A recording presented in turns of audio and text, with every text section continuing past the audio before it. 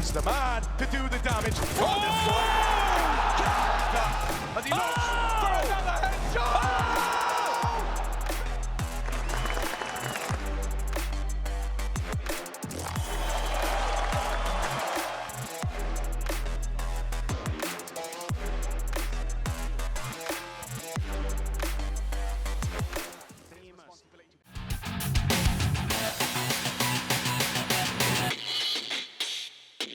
Hello, everyone, and welcome to another episode of the Richard Lewis Show. Joining me this time, we have a man who is having something of a career renaissance. Not me, obviously. It is Snappi, the in-game leader for ENCE, one of European Counter-Strike's rising teams. And at 32, something of a veteran. Thanks so much for joining me, Snappi. I'm really looking forward to doing this. Thank you so much for having me. Right. Well, look, we'll jump right in at the deep end. ENCE have made headlines recently by acquiring two players to really bolster their roster going into the second half of the 2022 year. Obviously, the Spanish Orpa Sun Pius from Movistar Riders and Valda, who had been kind of, he was out there available, linked with a lot of teams, but in the end has decided to come to ENCE. So I'm just going to start. We'll talk about Valda first. For me, a player that I don't know if I overrate him or something, but I always feel like he's like a player that should have been in a top team for a long time. Every time there was like somebody going, "Oh, we need a rifler," I'm going, get Valda someone, and I was watching all these players like go before him. So I guess we'll start with that. Why do you think he's the right guy for ENCE, and why are you a fan? I think like at first, normally we are pretty like straight with who we pick. Like there's not a lot of doubt. But with Valde, this time it was a little bit different because actually at first we actually put a bit on Lounge that is from Sprout. That is not a secret. So and then after that we did tryouts. We had some scoutings like Nerds, the Israeli player who just were the highest rated player in Pro League. He was one of them, and then also Carganito, a guy from North Macedonia, and then Valde. And we did tryouts on them, and then of course Snacks, but we didn't need to try him out because we already tried him out quite a lot in Dallas, right? But at the end of the day, people felt that Valde had most of the things we needed. He had very good comms, still a very, very skilled player, but maybe used in a way in his old teams where he didn't get a lot of chance to thrive, I would say. But I do feel like in our team, with me often playing a lot of the worst spots, and also a guy like Madden, he has a few, we have space to kind of give Valde more freedom and more space than what he did in his past teams. Because, for example, in OG, Alexi was playing the star player roles as a rifler on CT, and in his past teams with KD and MSL, they were AWPing, meaning that someone kind of had to take a lot of the harder CT roles, the anger roles, and in our team, he isn't needed for that on most maps. Obviously, there will be some maps where he will take maybe one of two of these roles, but he's kind of used to that anyway because he's used to playing that on 6 maps, right? But now he might have it on 1 or 2, so he'll have a lot more space. And back when I played with Valde in Heroic, he had a lot of space, and that's when he was like posting 120 rating and he came up, right? And I still believe maybe not 120 because obviously the game has developed, people have gotten a lot better, but I still think that Valde can be easily a 110, 115 rating player, and if he can do that, that's more than enough for a team like us. Well, for sure. I mean, obviously as well, with Sun Pius, you picked up one of the form AWPers in Europe. I mean, he was like, he just sort of came like a bolt from the blue, super potent with the AWP, was like really important to what Movistar Riders were doing. Yeah, I know the top 20 is a little bit weird right now, but I think they got up to like 5th or 6th in the world. 6th in HLTV or something after Cologne, right? Yeah. Which is crazy for a Spanish team. And like, real talk, a lot of that was just about having this super reliable fragging AWPer. So I think I feel a little bit sorry for Hades. I don't think Hades is a bad player or anything. No, not at all. But I do think Sunpius is an upgrade. What are your thoughts? Yeah, I mean, we obviously wouldn't make the change if we didn't think it was an upgrade, right? We actually already looked on certain Pius in the winter break, like before all of this Movistar upside. So it's not like it was a new thing that we kind of had our eyes on him. Like that scouting went like 7 months back. But obviously now we decided that, well, it's time for a change in the AWPing role. Not because, as you say, Hades was bad, because he was a very, very good AWPer. But we felt like we could get a bit more stability with a guy like Sunpius, who, well, I would say is more like he can help the team more in regards to utility. He puts a lot of pride into always being able to set up his teammates, and also I think he is a very stable AWPer, as you said. I think like both at the Valencia win they had, and also top 4 at Cologne, he was like the prime reason why they were able to do these results. Not saying that the rest of his team weren't doing amazing, because they were, but I think it was pretty obvious to everyone that Sunpius was the star player, right?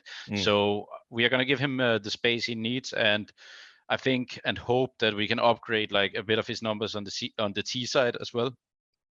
Because if we are able to do that, and I think we are, then Sunpius will not just be a 150 and 120 rating AWPer, but then he will get near the Shiros of the world. Maybe not the Symbol or Saivo, of course, they're number 1 and 2, right? But he will at least get close to those numbers.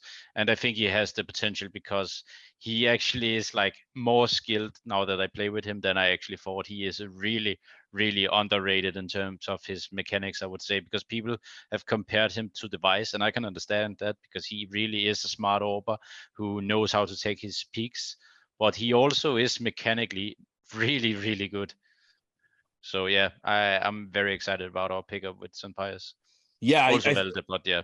Yeah, I think it's a real big boost in firepower. Was that a focus? Because I feel that ENCE were in a pretty good place before the changes. You were having, a semi-final finish in a major. You had a close map in that series against Na'Vi, where it looked like maybe there was 1 or 2 rounds that if it just broke another way, perhaps perhaps you pick up a map there. So what did you feel was the major deficiency that was kind of like holding you guys back? Because you're getting the finals, you're getting the semifinals of World Championships, and you're looking good while you're doing it. So what's going through your mind at that point? I would say there was multiple things. Obviously, we were very inexperienced, right? We got into 2 finals, and I would say especially the first one against FaZe in ESL Pro League. I actually think we could have won that with more experience, but they picked Vertigo, which I think actually was a mistake, because our Vertigo at the time was really good. They just didn't know. But nerves got to us, and that's why we lost the first map. Then we won the second map, and we ended up losing the series 3-1. But I think that was the match where I felt like, oh man, if people just weren't nervous here. Like I also think Spinks has one of his worst matches in ENCE at the time, and he was obviously still is an amazing player. And that was like, I think some of it came down to nerves a little bit. Then obviously we had the finals at Dallas, and also we won the Blast Showdown. But I would say that the main thing was a bit of inexperience. And then in regards to the change on Sunpius, that was actually decided before the Spinks move. Right. So it would have gone anyway. But yeah, obviously we felt that we could kind of improve a little bit in that aspect, because Hades sometimes was too hard on himself, which is really sad, because he's an amazing dude, an amazing AWPer. But when he was playing a bad game, it could really get into his head, and he would sort of punish himself, and it would like kind of hit his how do you say it, like his comms, and also like his individual level. And I think as soon as he get that straight, and I think he can do that, because he actually did improve over time, he will be a huge asset to any tier 1 team. I think already now, if someone is willing to kind of get a sports psychologist and help him in that area, it's something that could improve a lot. But sadly, it was something that we weren't able to the right guide. We didn't find a sports psychologist that could potentially help with these things, which is sad, because I think we could maybe have kept going, but that was the main reasons for the change. Like, we wanted to take it a step further. Obviously now we're in a situation where we have to kind of start over again. Sure. So let's see where we even get to now. But at that time, we felt like that was the change needed in order to beat the Faces and the Navi in the late stages, because we obviously beat Face more than they beat us in 2022, but we lost the final, right? We lost the important match, and that's kind of what matters in the end, right? Yeah, it's interesting actually, because there was this, narrative that was kind of like going around when FaZe obviously won the major, and everyone was saying, "Wow, they're an international lineup, first ever to do it." And of course, like, honestly, they're all fluent English speakers, and I've talked to every player on that lineup, and there's not going to be a communication issue there. With ENCE, I feel that's less true, and yet you guys have had really amazing success comparative to reputations, and now obviously you're bringing in Sun Pius, obviously fluent Spanish speaker. Talk me through kind of like how you mitigate some of the problems of communication when you're using people's second or even third language. Yeah, I would say in the first team, like, actually people were pretty good English speakers in the old team, I would say. Obviously, some people say that Spinks was hard to understand due to his pronunciation. Right. However, I never felt it was an issue. I think it's more maybe people who hears him talk for the first time, but I don't think anyone ever had an issue in the team with him. I think his CS English is more than fine. Maybe it's just some words at the time where he kind of stumbles a bit. But apart from that, Hades obviously lives in the UK, so he had very, very good English. Then Madden has very good English. He played in Godsend, an international team before, and Daisha played in Sprout. So I think actually it wasn't that big of a problem, but there was another problem, and that was that people weren't communicating a lot. But I don't think that had anything to do with whether they spoke English or their native tongue. I think that was kind of where we had to kind of find ways in order to prevent that, and that's also where some of the spawn calling came from, Right. which people spoke about, because it wasn't spawn calling, but we kind of a lot of the time would kind of give a direction from spawn, because if we didn't do it, people wouldn't speak enough during the round in order to make a plan. And I think that came from a lot of inexperienced players playing together, which meant that me and Saw would have to put a lot of work into actually giving direction from the round and making sure people knew what they had to do. Then if something changed within the round, then obviously I would change the mid-round call, or also someone else could. But people obviously wouldn't do it a lot due to the fact that, again, there wasn't a lot of communication. There was not bad communication. People would say where people were, but people would maybe not give an idea. Okay, I can throw this smoke, this molly, you go here, I flash for you here. Like, there wouldn't be a lot of these comms, and that's kind of why we created the system as it was. And that's kind of where I think it will change a lot now with the new team. Right. Because Valde is very vocal. Sun Pius is extremely vocal. I would say that from what I understand, Sun Pius was almost the in-game leader of Movistar, on top of being the AWP. But like, obviously Alex was the in-game leader, but Sun Pius would mid-round a lot. And like, that's kind of actually one of the things we've been having to work with, because before we would maybe have a lack of ideas, but now, and we would have like Madden would be the vocal one kind of before, Right. and now we have Madden, Valde, and Sun Pius, and obviously it's too much to have 4 guys giving ideas constantly, right? So we kind of have to kind of figure out, like, we're working a lot with the fact that people like me and So, like, now here at the start have been talking a lot about, like, the key is not talking, the key is listening. because at this point, like, we need to get on the same page, and that doesn't mean that people shouldn't be talking, giving all these ideas. Like, we have some maps, I'm not going to reveal anything, that have improved massively due to the fact that our defaulting is way better, because I can be on one part of the map and I don't even have to worry about what's happening on the other side, because they will figure it out and they will talk about what they do. But on certain maps, it can also be a bit too much if everyone is saying, let's go here, no, let's go here, right? So we've been talking a lot about, like, we need to let me, like, control things, and then on top of that, people need to, like, when they give mid-round calls, or someone give a mid-round call, like, first of all, the main focus is shooting people. That's your main job. Your job isn't to in-game lead. That's your main job. Your second job is to help me whenever you can, but don't just say something all the time. Say something when you have a good feeling, instead of just saying random shit. Because if we all sit, like, obviously as an in-game leader, you sometimes have to call some random shit because, well, we need to make a plan, right? Yeah, And gotta there make a isn't always decision. a tell to what you can do. Mm.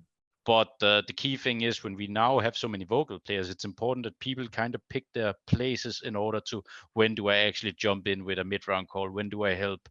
Because if we all do it, it's going to be a problem. But I think we are kind of finding a better and better balance already, and we're kind of already gelling together a lot. And I think we will see a much different, to get back to the old ends, like, we are going to see a much different ends now, because it's going to be a lot more free now than it was before, in the sense that it will be easier for us to play a default that can turn into a million different directions, depending on what the comms are, depending on what the opponents do. Whereas before, it would be kind of rigid, in the sense that we kind of had to have a direction, because if we didn't have a direction, sometimes we wouldn't move, in a way, Yeah. or it would be very uncoordinated, people going for solo plays. So I will say that it is better now, but we need a little bit of time to find the right balance about how much we all talk and how much we all listen. But I do think with time, this is better to have more players who can obviously jump in. Yeah, and what kind of calling style do you embody? Because, listen, it's a weird landscape at the moment. So many tournaments are recording player comms now, and I've never liked that. By the way, I think what is said among players should be sacred. I understand it's interesting for fans. I understand it can make cool little segments on a broadcast. I know it's done with, like, player/team owner blessings, but I would never do it. I think we had plans to do something similar at E-League, and I stymied it. So, when you're obviously, I mean, again, in a theoretical world where you're not being recorded, are you quite authoritarian? Like, do you tell people, like, shut the fuck up? Like, this, I'm driving the bus, you know what I mean? Or are you a bit more collaborative? No, I actually think I'm pretty laid back. I usually, if people jump in with a plan, like, I'll just follow it. The issue wasn't that I wasn't, like, the problem at the start was maybe that I wasn't strict, like, with these players, Right. because before we would obviously just do whatever. But now, like, we had to kind of have these talks at the boot camp that, like, people need to shut up now, so we can make so we can. You don't need to focus on everyone else. Focus on yourself, and then I will make a call, and then everyone else can jump in and make mid-round calls. A guy like Senpai obviously likes to jump in, and that's good. But we shouldn't have people jumping in left, right, and center all the time. But I think I will always, 90% of the time, if people jump in mid-round with something, I'll follow it, and I'll try to build on it.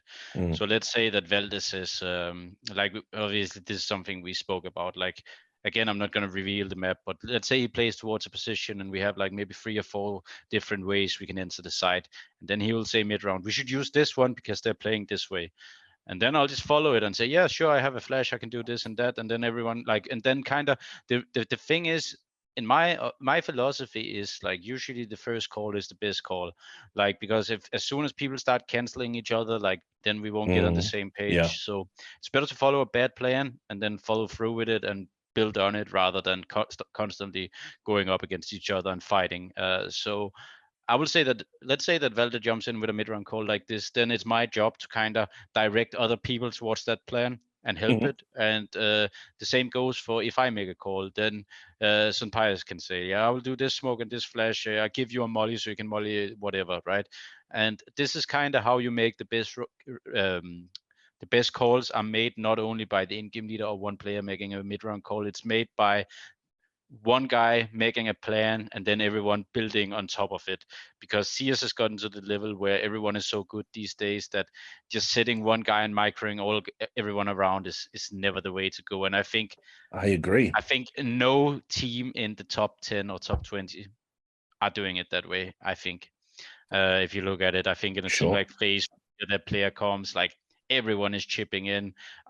When you hear a team like Na'Vi, when they had Boomla, Electronic, and Simple was talking constantly, like obviously you could just go down the list. There's no team where it's one guy directing everything. Like I think in our former team, it was a lot of direction given, but even then it wouldn't be only me, it would be several players, of course, trying to help less before than it is now. But I would say that it's always about all five making a plan together rather than one guy. Obviously, it's my job mainly to make sure we're on the same page and we follow a plan, reading the enemy, not focusing on my cross and all these things. But it's the entire team that makes a plan good.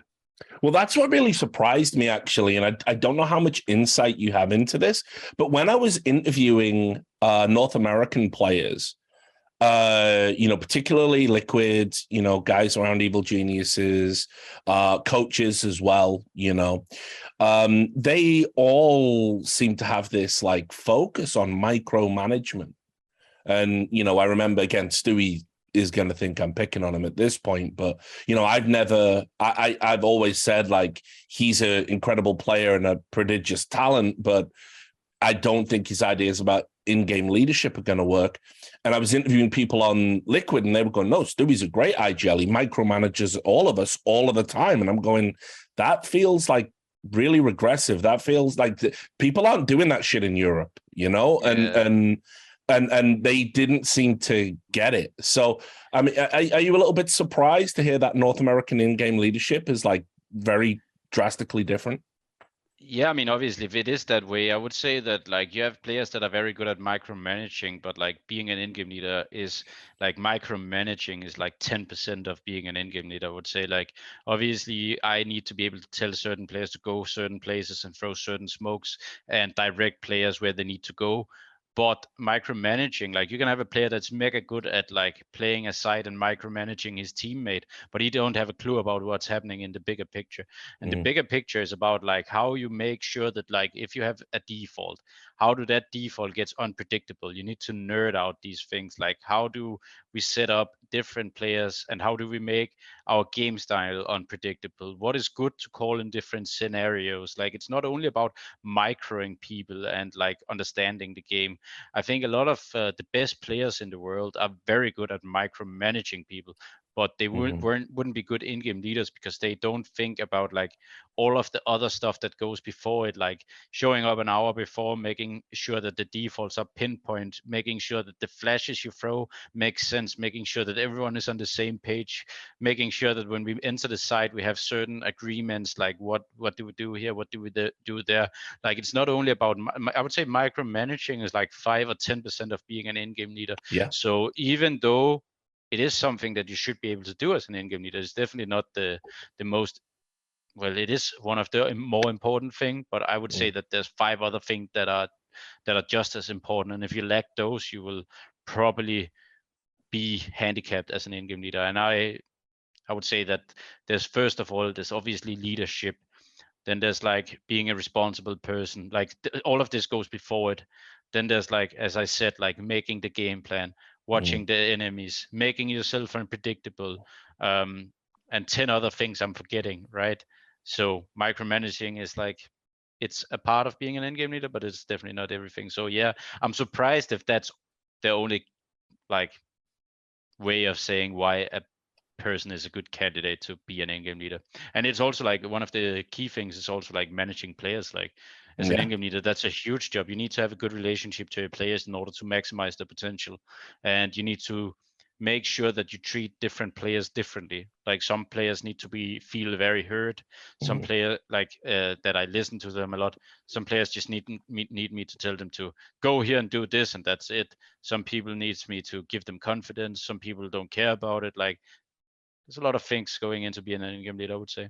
Yeah, I think one of the reasons you probably emerged as being a successful in-game leader, you know, if I had to sum it up in a word, it's kind of maturity.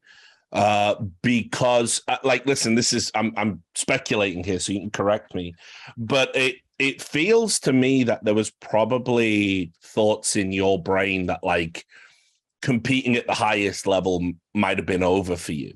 You know, I first met you when you were playing for a Nexus, I think, or it might even have been Team Cooler Master, like you know, something like this, maybe ESWC, yeah, and Nexus, maybe.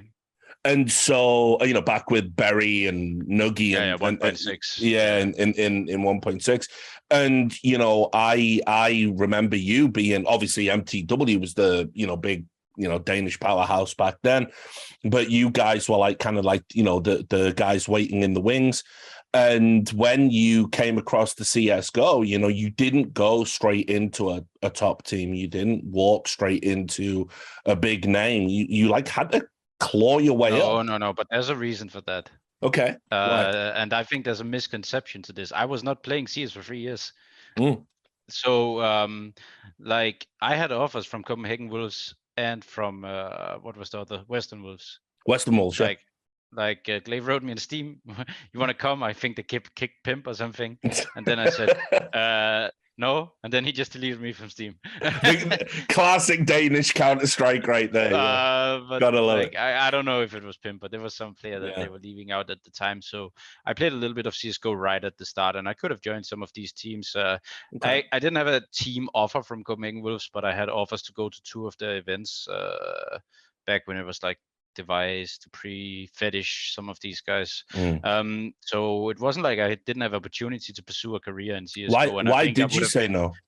Because I was 22 at the time, and I was studying a bachelor in economics, and then afterwards I was studying a master in statistics. So I was studying, and I was working almost full time at a company called Nets, which is like working with Visa, MasterCard, and I was working in their finance department. So I was not playing CS. That's why when I joined Copenhagen Wolves with Glaive, I had like not even 1,000 hours in CSGO. So it's a misconception that I took time to get to the top of CSGO because it wasn't good enough.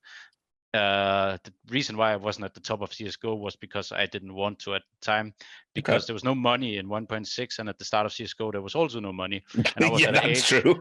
and I was at an age where I felt like I need to get on with my life now. I cannot continue to like, and I always like, until I was 25 or 26 when I joined Wolves, and then afterwards Heroic, I was never seeing CS as a career. It was a hobby.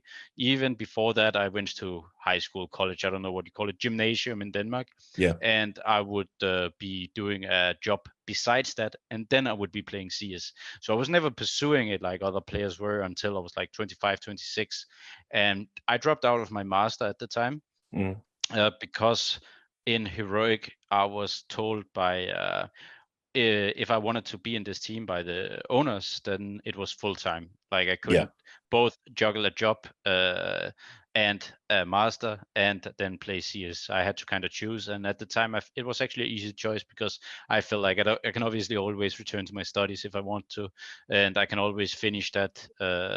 But I will never get my youth back in order to pursue a career in CSGO, because obviously at a point you are too old. People will say I'm already that now, right? But then you can't pursue it anymore. So that's why I chose. So it's always been a misconception that I was not in CSGO because I wasn't good enough. I was definitely good enough. I was, in fact, very good. I felt that. I thought it might have just been because you didn't like. I mean, a lot of 1.6 guys didn't like. I mean, the game was ass in 2012. No, I played a little bit in 2012, 2013, a little bit. I had maybe like 500 hours, and I actually felt like I was really good at the game. So I think I could have played and been in a, like, I think people would view me and I would be in a very different place in terms of how you regard certain players had I continued at the time. But obviously, my age, in a sense, was against me and against a lot of other very good 1.6 players. Because if you look at it, people don't understand how many players quit.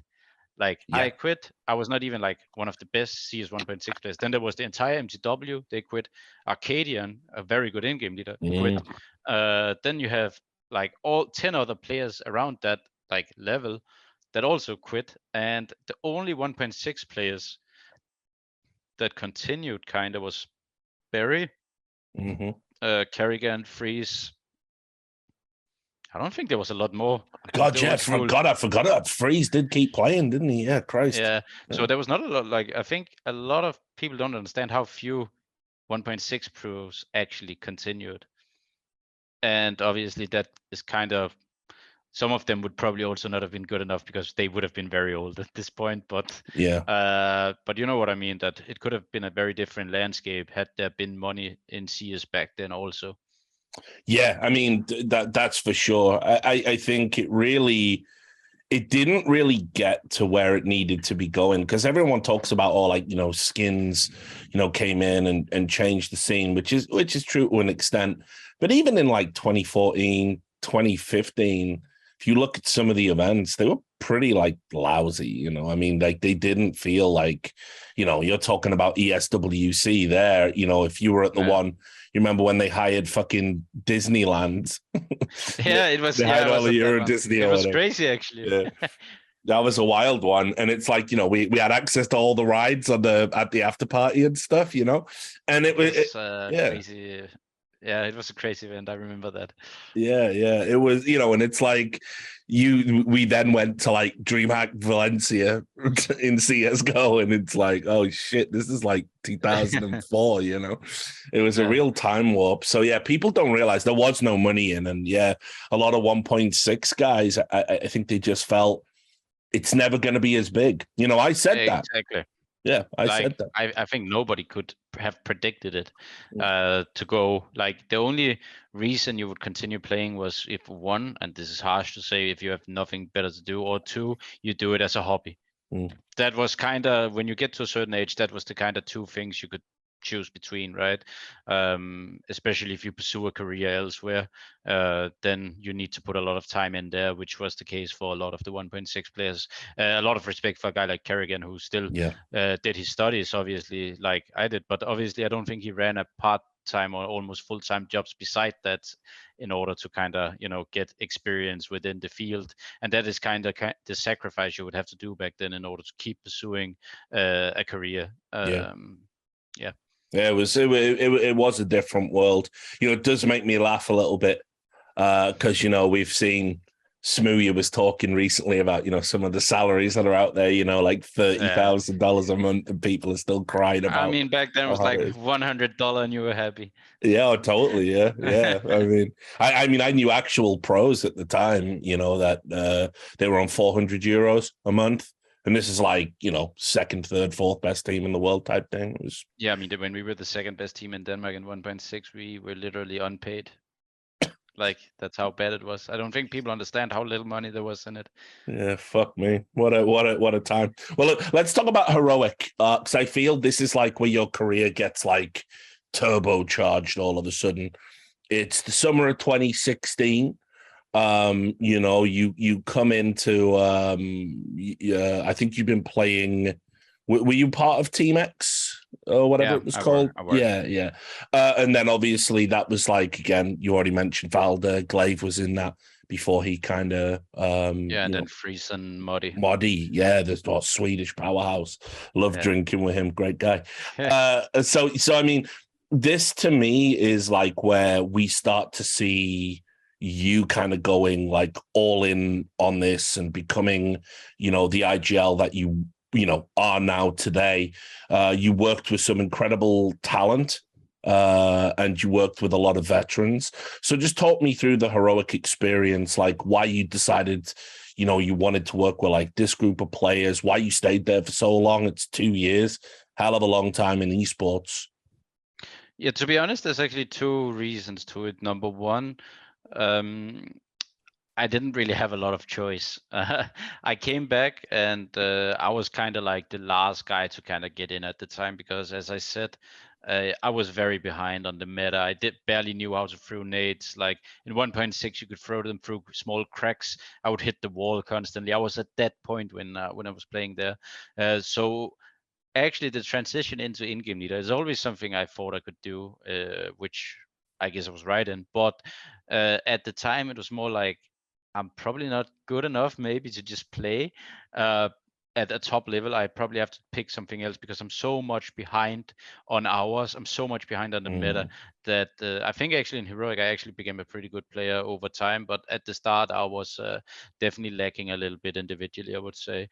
So I became an in-game leader, and Glaive was obviously there, and he could kind of help me. And I played with, as you say, veterans like Freeze and Muddy. They knew how to kind of play correct CS, and then a guy like Velde, who was a smart player coming in. And we did very, very good straight from we made the team. Like I think we beat Astralis 3 times in a row, which then caused him to make the change where they stole Glaive, obviously. Yep. I loved playing with Glaive. He was one of the best teammates I had. Like I think he was an amazing dude off the server. Me and him gelled really well, and also yeah, he helped mid-round calling because obviously I was so inexperienced in CS:GO. That was nice to have someone besides me that could kind of help. I had a good idea of how to make a general plan, how to make certain things, and how to call, but obviously, like some of the faster reactions, like being in the meta, I was maybe not too much up on date with. So having Glaive there was good, and I used that a lot afterwards because I obviously gained some knowledge from him, and then also from the other guys like Freeze, Valdemoti, because they had also played a lot of CS:GO, which I hadn't. So then after the Glaive, we brought in Nico, which I had previously used as a stand-in like 2 years prior to this. No, 1 year prior to this when we started in Wolves or something. And he was insane at the time. I think people don't understand how good he was. I actually felt at the time he was maybe even better than Valde. Like him, like everyone spoke about Valde, but I think him and Valde were very close in terms of how good they both were. Like they obviously played different positions, but I would say that who did we have? We had Modi, me, then Nico Valde, and then Freeze, right?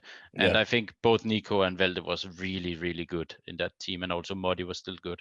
And yeah, then I think we picked up Yugi. He did very good for a full year, and then we had different players. I think we had Iztec, we had a short stint with Rubino, and then in the end, like we had performed, I would say, for some of the time we had performed over our level maybe. And also at the time I was playing pretty good roles, which I am not today. So my stats were kind of a bit inflated. I would say this was at the point in my career where I would say I was a bit overrated. Right. Because I was still new as an in-game leader. My numbers were good, very good for an in-game leader, but I also played a lot of pretty decent positions, like a lot of rotator roles. And then Optic bought me, and yeah, that was not so good. Yeah, that must have been strange because I feel that going from Heroic to like a huge esports brand like Optic, I mean, there's a lot of people, they get one of those moves in their entire career and they can live off it for the rest of, their life, right? I mean, like certainly if you've represented Optic and Call of Duty, you can parlay that into, lots of financial opportunities and, having a popular stream and all of that bullshit. So, yeah, I mean, joining Optic, I mean, must have been like, you must have been fucking stoked, right? Yeah, it was huge. But I would say that I also got very, very hardly judged from that move, and I think it actually hurt my career a lot. And this is at the time where I think it kind of turned from me being overrated to being very, very underrated very quickly. Great. Because at the time, like Config was obviously there, he was our best player, but he was not in the right headspace. He admitted to that himself. Like he was not 100%. Like he was not happy playing CS, and like he was kicked from North to join Optic, and he kind of needed to find himself, which I think he has now. And I always loved playing with him. He was never a problem to play with, but obviously he was kind of firecracker, and he was kind of a bit hard to control at the time. Then you had Yuki, which, I'm not going to go into detail, but he was out of Heroic for 2 months before joining Optic, and there was a reason for that. not anything bad he did or anything, but he was also not exactly 100%. Then we had Gate, who was a rookie, and then we had Cajun, who was still a good player, but obviously maybe not as good as he was in the past. But this team was kind of, when it was formed, there was so much hype around each player that it was expected that we would just be top 5.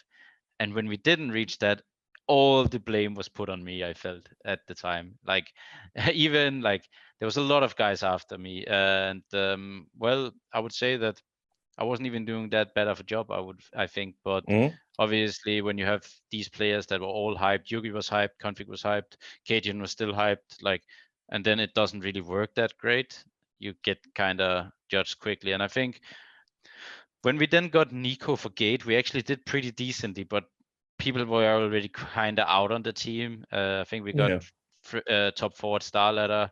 We qualified for Pro League. We qualified for ECS. This was back then when there was no partnerships, so we had to qualify for these things. Like, and we qualified for both. And then I think we got second at some LAN. I can't remember. But then Nico was removed from the team. Not a decision I made, but yeah, then we got Refresh in, and that was kind of not the best. Not because Refresh wasn't a good player, but because him and Cajun wanted the exact same roles. So we kind of had role issues instantly when that happened, and then from there it was kind of just a downfall. It ended up they ended up getting MSL, and I was actually still in the team, and I played pretty good individually. I would say for like 2 months there, I kind of could, for the first time in my career, show myself as a not in-game leader, and I think I did very good. But the team, like, you kind of know when something is finished, and no matter what you do, it doesn't really change people's perception. That was kind of the case at that time, and then obviously I was removed, and yeah, then I sat on a bench for a little while before, I think, joining Heroic, if I recall.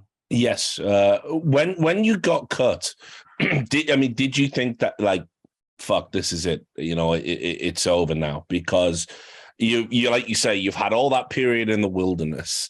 You finally climb your way back up. You know, you're working with all these like great talented players, old, young. You get to Optic. Optic were, you know, really big in CS at this time. They'd come in, made a lot of noise, impressed a lot of people, and then bang, you know, you're a bench player all of a sudden. Yeah, I would say that it was pretty tough. It was also kind of by luck that I got into Heroic, because like they didn't get like 2 other options, I think. So I felt like it was pretty much done for me. But at the time it was also like different, because back then it was very much that you played in your scene, right? And I was kind of behind Glaive and MSL, and like now I was cut from here, and then it was a bit rough. And also because well, like it was tough, and luckily I got into Heroic, but I felt like it could have been like close to being done. I would probably have had to go to an international team, which I later did, which turned out to be my best career decision, because that's something in hindsight I should have done 5 or 6 years ago, instead of just accepting the fact that I was kind of behind the other guys who took all the best Danish players, and just accepting that I would never be in a top 10 team, kind of top 5. We were hitting the top 10 a few times with Heroic, but I would never be in a top 5 consistent team or top 10 consistent team, because I get my best players stolen. Whenever they're good enough, they will just get stolen by the better Danish teams. And the only way I can rank up is if they kick their in-game leaders. Right. And obviously with Astralis, that was just impossible, because they were dominating. And then with North, they were also happy with MSL. They actually ended up removing him still, but I was in Optic, and yeah, you know what I mean. It was hard to rank up in the Danish scene. So What about when Carrigan got cut? Like, because obviously, you know, you're around. So Carrigan gets cut by, you know, the TSM guys, and they take Glaive. You know, did anyone talk to you? No. I think at the time it was kind of known that, as I said, I had not been playing for that long, and also at the time Glaive was just straight up better player than me. There was I think I've caught up. He will probably say no. But I think at the time he was a better player than me. So no, I was never asked, and I think obviously it would be stupid to say they didn't do the right move. Oh, for sure. History definitely proved that one. So yeah, look, the other big kind of turning point in your career, I feel, because obviously I was doing by the numbers at this time, and I remember I probably said some not so kind things because you ended up heroic. Doesn't matter. Yeah, I know, fuck it, it's all in the game. But then you ended up at like Tiger. And then somewhere in there, obviously, was this Fun Plus Phoenix move, which was all weird. And that's the one that sort of had Carrigan walking topless. And it was just a bizarre situation. So, I've talked to Cadian about it. He's given me his, kind of like perspective. He's been very vocal publicly about it.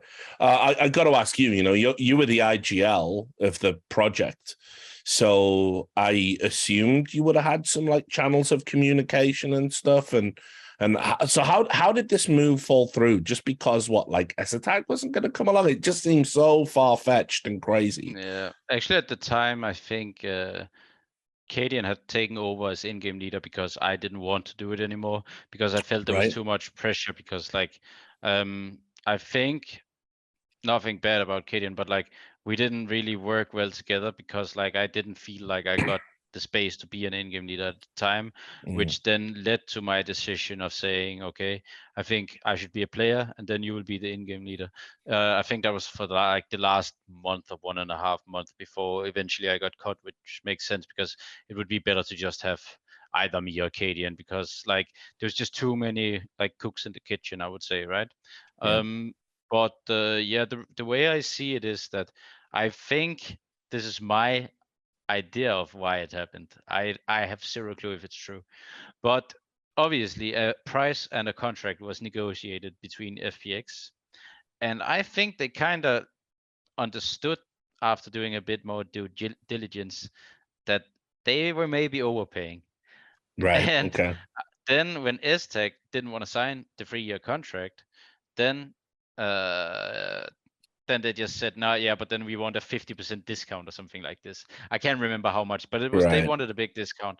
And then obviously Heroic didn't want that, because they had just seen the numbers, they wanted that money, right?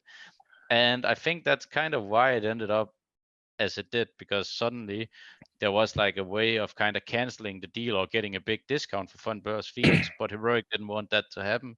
And then in the end, we ended up as the victims, because we were in a case where, well, we got screwed. And also we kind of got screwed even before then, because it was kind of negotiated that we would transfer to FPX. And then it was just assumed that we would just keep our salaries and extend 3 years, which is obviously insane, especially considering the fact that we were actually doing pretty good with Heroic at the time.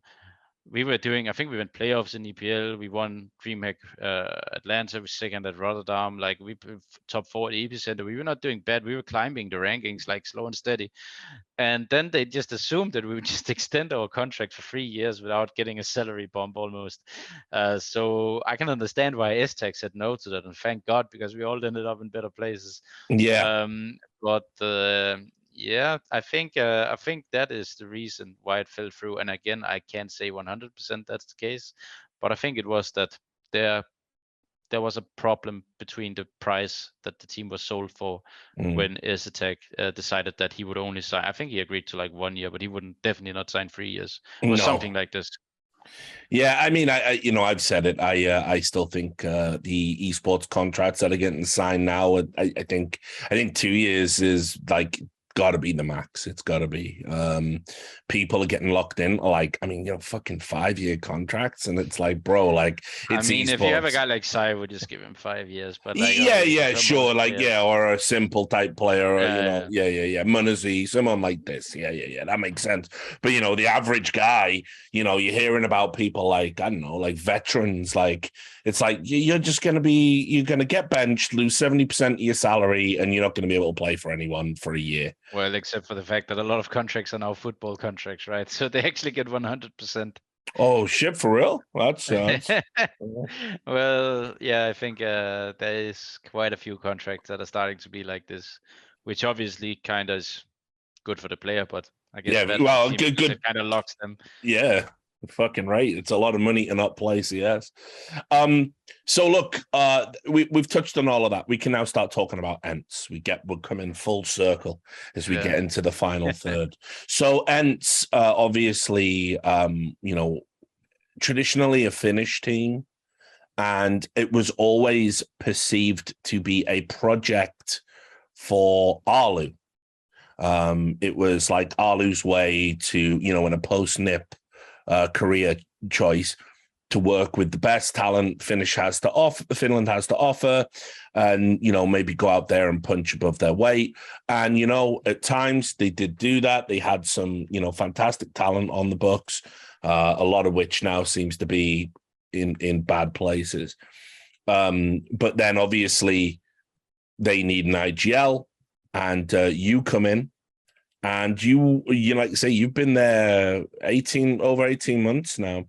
So it's gone from being Arlu's thing to very much Snappi's thing. So I want to talk about that like transition, because obviously Arlu was kind of like in the background, and you're a chill guy, but was it a weird atmosphere because you're trying to put your stamp on this roster and put your stamp on this org and do things you want to do? And that probably means, hey, we ain't going to be Finnish anymore. And, maybe we don't want to do things the old way. Yeah, I would say, like, as you said, like, this was probably the time where I really thought my career was done before this contact team. But obviously I was lucky, and actually, like, I had 4 offers. Like, I don't know where they came from, but suddenly people felt I was worth gambling on. But I chose ENCE because I thought it was the best project. And on top of that, like, it was definitely not the highest paid, but it was the best project at the time. And I felt like Elo still was a good player. I felt I had a lot of freedom. I was like brought in, and I spoke a lot with Saw, and also a bit with Elo and Doto, but mainly Saw, about who to bring in. And I wanted to bring Spinks and Dusha, and Saw also wanted Dusha. Daisha, I guess. And then there was obviously 2 other players we were talking about, Flames, the OG player, and then a TMB, a Danish guy who actually never ended up playing in a tier 1 team. But still, those were the 4 names. And like, this was the project where I had the most freedom. I also had a lot of freedom in another project, but that would only be for Scandinavian players, which meant that I would be a lot more limited in who I could pick, right? So I would say that when I came in, I actually got a lot of freedom right from the start. Also by a guy like Elo. I actually think he's a nice dude. Obviously, we ended up going with Hades, but it was more kind of like a mutual decision that he kind of needed a break, and then Hades stepped in, and he just ended up doing so good that we decided to keep him. But I think I would say that it was more Source team and my team from when I got it. Like, I think at first it was maybe me, Elo, and Saw, with Saw as the big boss, as we call him. But I would say that it quickly was a lot me and Saw that was kind of controlling things, also because we were choosing the 2 players we brought in. I think everyone was kind of in on Dusha, but I got them convinced that Spinks was a good player, which obviously turned out to be right, luckily.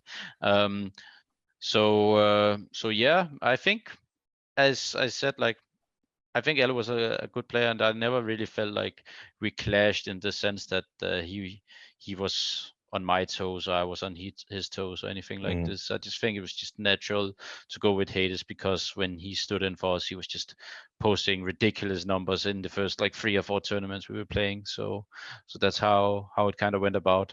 And then later, I think we went on to replace Dodo with Madden. Yep. And I'd suggested Madden to play as a stand-in for me because I had Corona during IM winter. Wow. So the whole team had kind of gotten a feeling of him. And then when it was in the player break, it was decided that, okay, I think we thought we needed a change. It was kind of like the entire team in a way, but like then like we decided to get Madden at the time, which then obviously also turned out good. And we hope that the 2 new additions now are going to turn out as good as the other ones we've been doing, right? Well, look, here's what I will say. Your team and your recruitment has been the thing I've been the most wrong about consistently, by the way. Every time, like when you picked up Madden, I think me and Duncan on the podcast did like 2 minutes and we were like, yeah, this is really underwhelming. And that was it, and it's happened a few times. I remember when Spinks came in and I was like, he looked okay in contact and Dika, I think I said the same shit. I was like, looks good in Sprout. Is he ready for the big time? And obviously you've had this uncanny ability to find really good talent in strange places. So I've always been curious about this. Is it a you thing? Is it a Saw thing? Do you work together? Are there other people at ENCE that help you with the scouting? Like, how do you keep finding these like tier 1 players with like no reputations, like no egos? Like, it's like a miracle. You've done it so many times.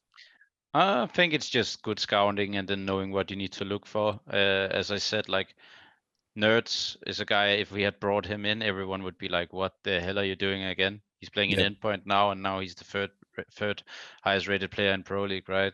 So I think like that is also a testament to how good our scouting is, because now he's proving against tier 1 that he's obviously a good player. I think it is easy to actually scout for good players. And you do it. It is you doing it. And so Yeah, okay. me and so, and then we agree on which players we want. So yeah, it's me and so doing it. We agree on which players we think are the best, and then we just go for them one by one, and that's it. I think like a lot of the misconception about how you find players is that people only look for the HLTV page and that they just pick a player, right? But the way I see it is that first of all, you need to look at the HLTV page. That's the obvious thing. Do they produce numbers? But then after that, you need to go into the demos. What roles are they playing? Are they unselfish? Do they bait their teammates? Are they good with utility? Then you need to talk to them. You need to talk to people who know them. Find out, are they selfish? What is their problems? Can't they show up on time? Like, are they toxic? Like, what could be potential issues with whatever player you pick? Then you kind of need to find out, can they play the role you want them to play? Like, are they going to be good in your system? Like, what do they want to do? What do they think they're good at? What are they actually good at? Because that's 2 things that players often don't really understand. What are they good at and what they think they are good at? And then also you kind of need to, I would say, find a way to make people comfortable, and that's very important, because a lot of what people do is then they pick a good player and then they would just put them in some random roles and then, yeah, you're on your own, good luck. But the thing is, like, I think in our team we always try to give people space. I would say a guy like Madden, we used a bit different because it's turned out like at first he was actually in a lot of, I would say, better roles, but it turned out he was actually a little bit better in a lot of the weird roles, and he's like an entry fragger. Like, a lot of what Madden do cannot be measured in an HLTV stats page. Yeah, and totally. That's kind of one of the reasons, like as you say, like we got so much better with Madden, but Madden didn't have amazing stats or anything, but Madden had impact on the team, both as a person, as an entry fragger, as an unselfish guy who would play a lot of weird roles that kind of elevated everyone else around him, right? So I would say that there are a lot of different factors going into picking a player, and I think whenever I'm done with CS, whether that will be 3 or 5 years or whenever I cannot play anymore, I think that I'm pretty certain I would be safe in a job, like just picking up players, like as a GM or as a coach potentially, if I want to do that, because I just don't see how so many teams fuck it up. Yeah, I mean, it's crazy. It's like, you look at some teams. I'll give you an example because it's one you'll know about. North. If you look at the players they had, it's why are you not wrecking Astralis like right now? Like, well, what is happening? Like, you've had so much talent go through the doors and they don't get enough time to bed in. They don't have strong leadership. They don't get the right roles. And it's like, they've done the hard part. They've found the player. It's like all you have to do now is put the jigsaw together. And it's crazy to see so many teams, and it's not just North. I mean, they're an insane example, but there's loads of teams that have like talent, but they just fuck up putting it together in the right way. Yeah, like they don't understand that there's more to it than just a good player, right? They don't understand synergy and, as I said, all the other factors that goes into having a well-functioning team. And I'm not going to sit here and say that we are some amazing team, but I would say for the resources we have, we are an amazing team. We are, in fact, above amazing, considering the fact that everyone else around us has way, way more resources. So yeah. Yeah, I mean, you're currently ranked 16th, but that's bullshit. Yeah, but I would say like before the changes, we were ranked top 5 for the entire 2022 before the change. Exactly. And it's obviously because we lose like 60% of our points. So like if you add that up, we would probably still be in like top 7, like if we didn't remove those 40% of the points. And on top of that, we obviously aren't the blast partner, which is a place where people just play and get points off each other, and like everyone else is kind of fucked. Yeah. Another question about talent at ENCE. You had people still like under contract, like on the books, or there or thereabouts, that you could have maybe worked with.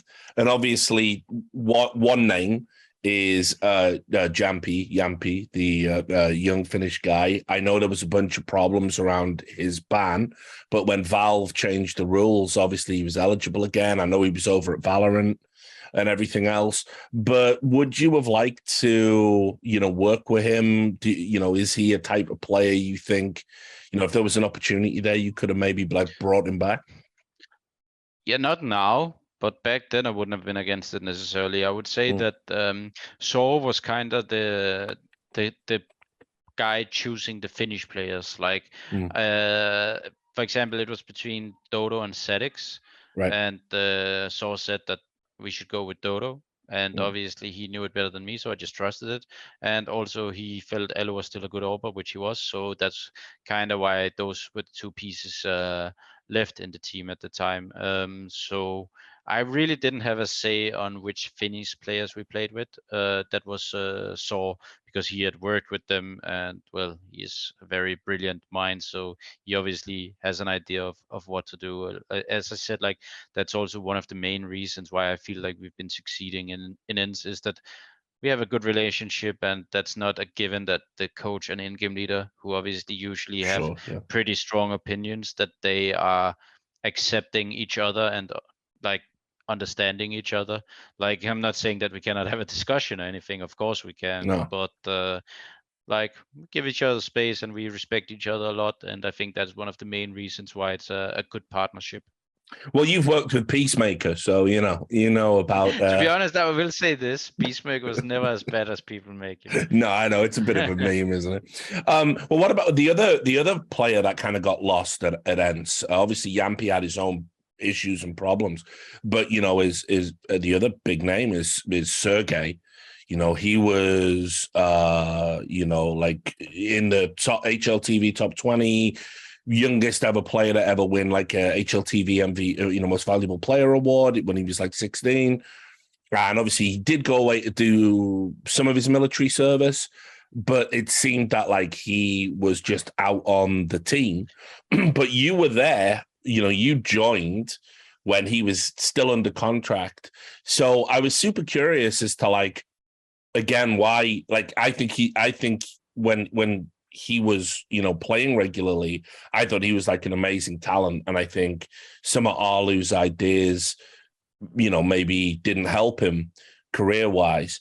So did you ever think like, listen, I can fix him. Like, let's bring him back. He's a hell of a talent. We were actually considering, I can't remember when. I think we were considering him at one point, like a little bit.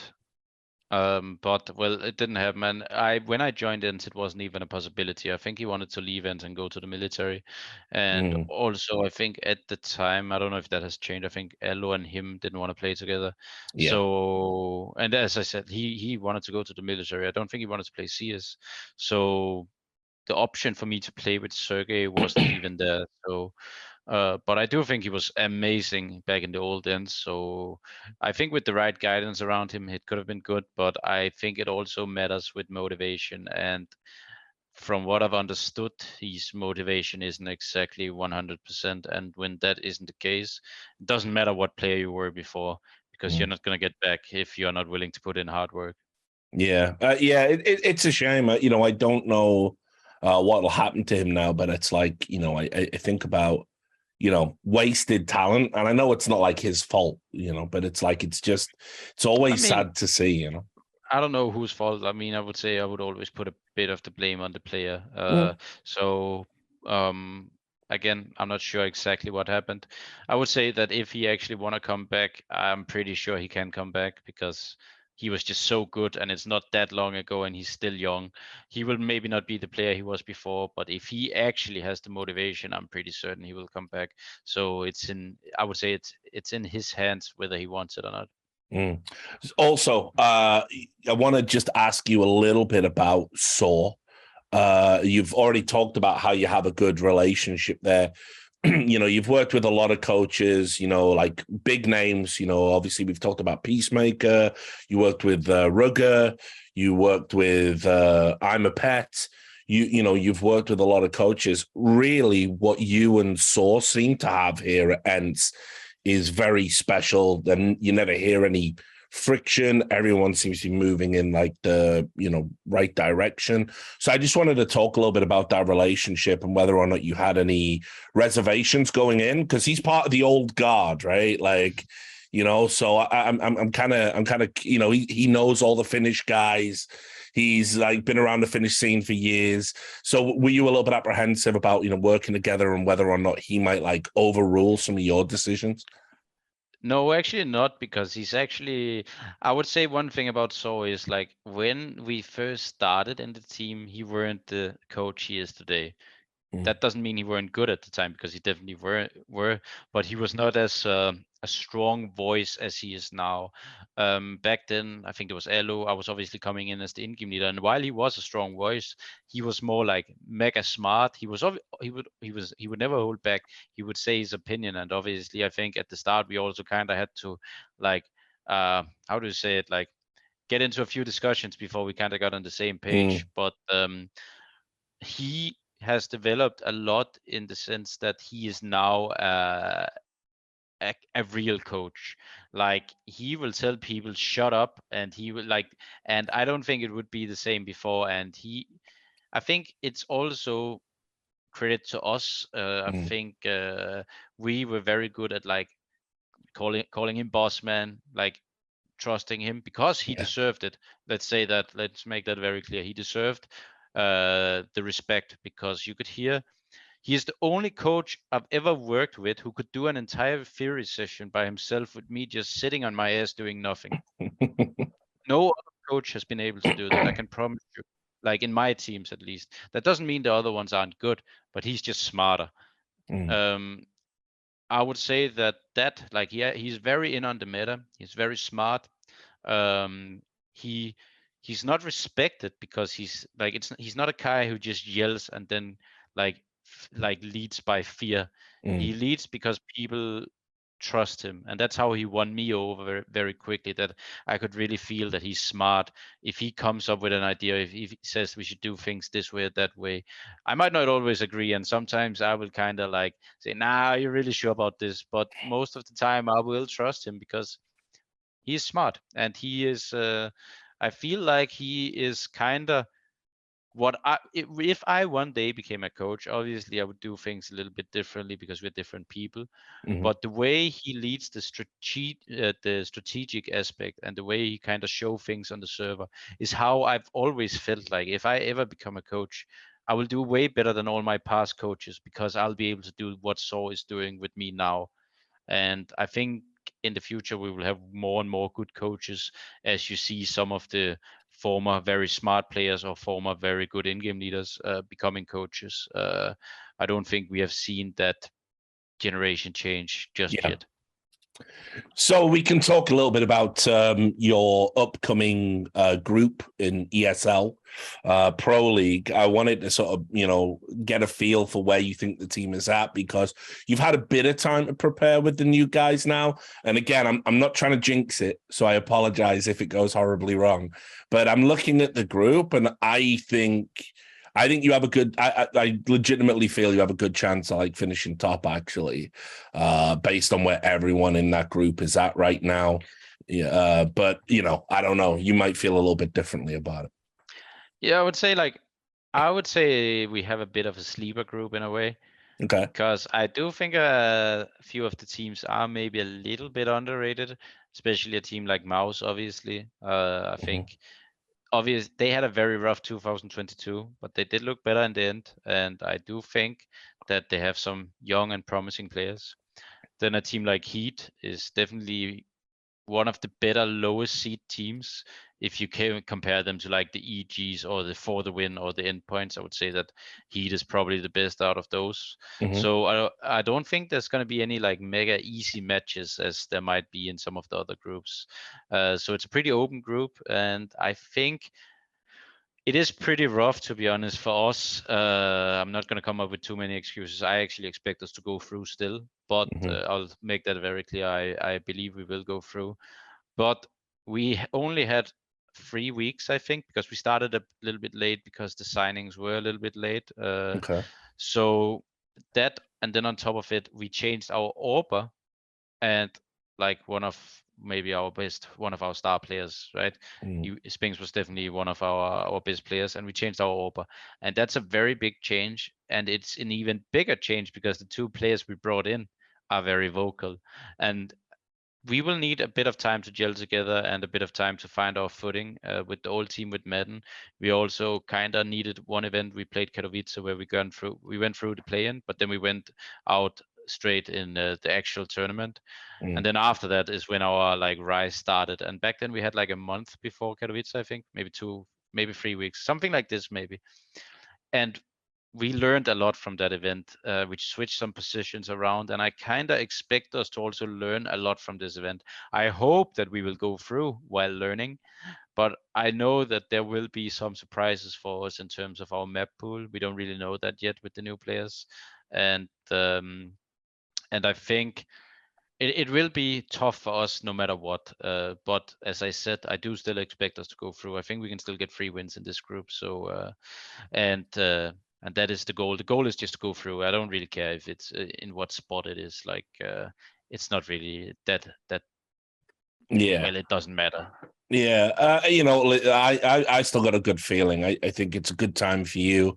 I think Complexity or a little bit like they're on the outs. Yeah. Obviously, they maybe haven't looked so good. Yeah, did they look a little bit better recently? Maybe. Well, yeah, they obviously brought in Holzak to replace Junior. Did they beat Navi or something? I'm not sure. Yeah, whatever. But to be honest, maybe Navi hasn't been looking. Yeah, like everything's weird right now, bro. Right? Like it don't matter. That none of that shit counts at the moment. Yeah. But no excuses. Then we have to go through. It's true. Yeah, there it is. And then another, obviously, straight after that, you guys are in the RMR.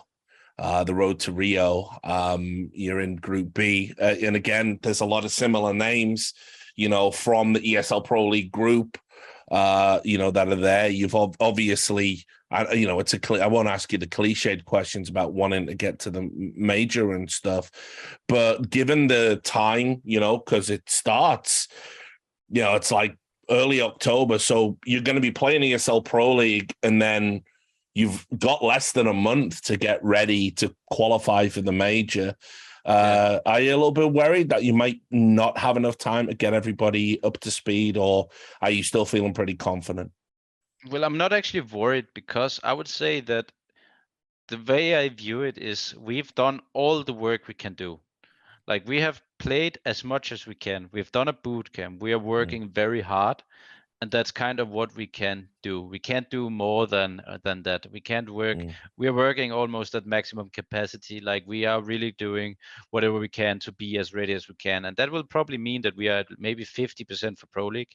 Then we will maybe be at 75% for the RMR, and then hopefully we'll be at 100% for the major. And then I just hope that the 50% will be enough to get us through the groups at the Pro League. The 75% will be enough to get us through the RMR, and then we need to be 100% for the major. That's how I view things. Obviously, we will maybe just play better or worse. I can't really say, but that will be up to the future. But I will say that I can confidently say that we have done the work we could. And that is kind of what you can do, right? You can only do what you can do. So many hours in the day. I identify with it, brother. So look, it's we're coming up to time, so it's been a blast talking to you and catching up and getting an idea of where ENCE are going to be. Obviously, 32 years young, you and Carrigan rocking it for the oldies right now. Yeah, we're leading the way. So just as a final question, I mean, look, there's got to be some little internal target, you've set yourself, because we're not getting any younger. Is there something that you really want to achieve with ENCE before you get out? And don't say winning a major, but if you do genuinely believe it, hey, I'm about that life. But no, but like, actually, my biggest goal is that I want to win a tier 1 tournament, because I've obviously been behind, in the sense that, as I said, my entire career I've been behind the other in-game leaders in the Danish scene, and now finally I have a team where I feel like I can bring enough international talent in to make it happen. Obviously, we've been in 3 finals, so we've been pretty close already.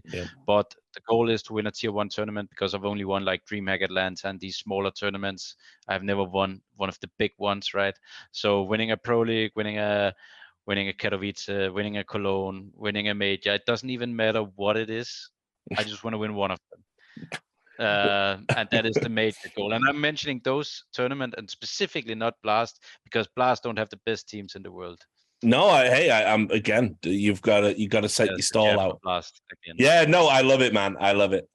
You keep working those things in. I approve. And then also, I would also say that obviously I want to achieve more than that. Like, we've been top 5 again. Like, it's not really about cementing a place within a world ranking. To me, it's about cementing a place that showing that I actually am a very good in-game leader. Like, when people think back, okay, he started late.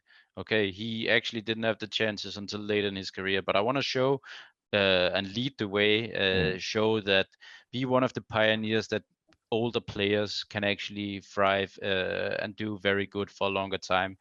I'm not planning to stop anytime soon. I think I can easily go until I'm 35, maybe even 40.